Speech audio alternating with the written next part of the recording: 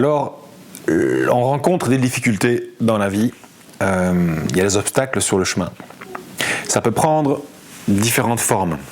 La forme d'une crise, ça peut être une perte de sens, ça peut être un changement subi, une indécision face à un choix important à faire. Ça peut être de dépasser une peur, ça peut être de se réorienter, de gérer son temps, de développer son leadership, gérer la nouveauté, l'incertitude, développer de meilleures relations. Récemment, je reçois pas mal de gens qui viennent en pré-burnout, en post-burnout ou qui sont en cours de burnout.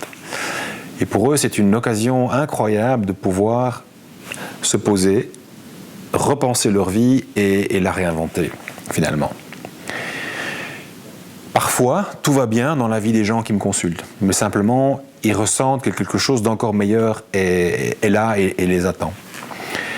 En fait, dans tous les cas, ce qui est important, c'est de pouvoir accéder à la meilleure version de nous-mêmes pour pouvoir réaliser ce changement. Ça veut dire quoi? Ça veut dire accéder à nos ressources, nos talents, nos forces, nos compétences et dépasser ses limites. Et donc pour ça, un coach peut aider.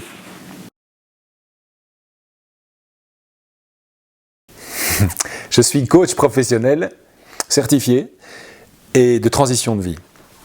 D'une manière générale, ce que je fais, c'est aider les gens à réajuster leur vie et leur carrière. Je les aide à trouver une voie qui soit joyeuse et qui ait du sens. Donc mon métier, c'est de créer un cadre de confiance dans lequel la personne que j'accompagne se développe personnellement et professionnellement.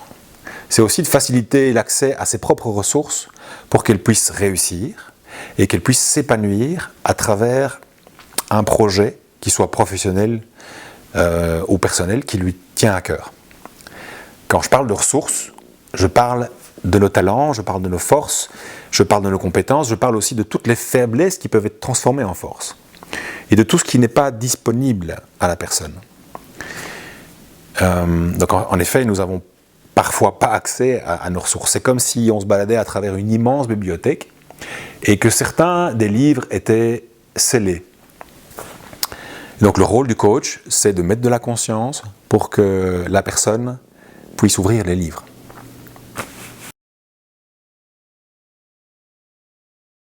Imaginez un banc dans un parc le long d'un chemin.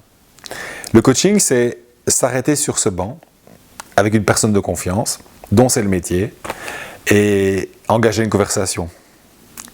Pas n'importe quelle conversation. C'est une conversation qui supporte la personne, qui lui donne toutes les cartes en main pour prendre conscience de sa situation, se connecter à ses aspirations profondes,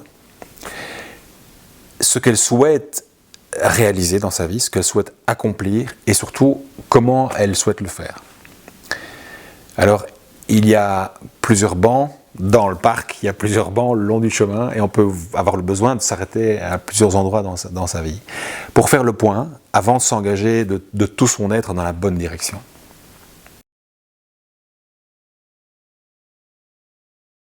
Le coaching est un accompagnement au changement remarquablement efficace car il met la personne au centre du processus.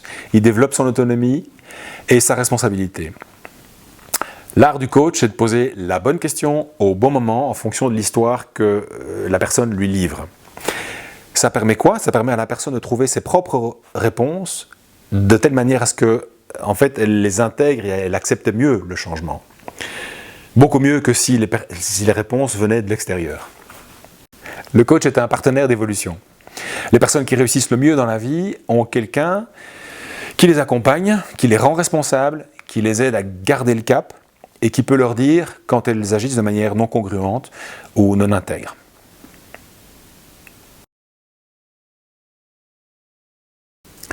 Alors j'ai un credo. Absolument rien n'est impossible à toute personne qui décide de réussir et qui s'en donne les moyens.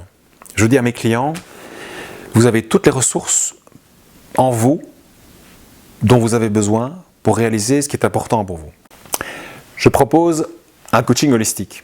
Ça veut dire qu'il prend en compte les 4 dimensions de l'être humain. La dimension physique, émotionnelle, mental et spirituel. Quand je parle de spirituel, je ne parle pas de religion, je parle de la question du sens, je parle de conscience, je parle des valeurs et je parle d'identité. Donc il va s'agir de quelle est notre réelle identité et qu'est-ce que cette identité souhaite accomplir. Je connais le monde de l'entreprise, j'ai été membre d'un équipage, j'ai été capitaine. Aujourd'hui, j'accompagne les entrepreneurs, les dirigeants, les cadres et d'une manière générale, toute personne qui ressent le besoin d'évoluer et de se faire accompagner pour réaliser ce qui est important pour elle dans sa vie.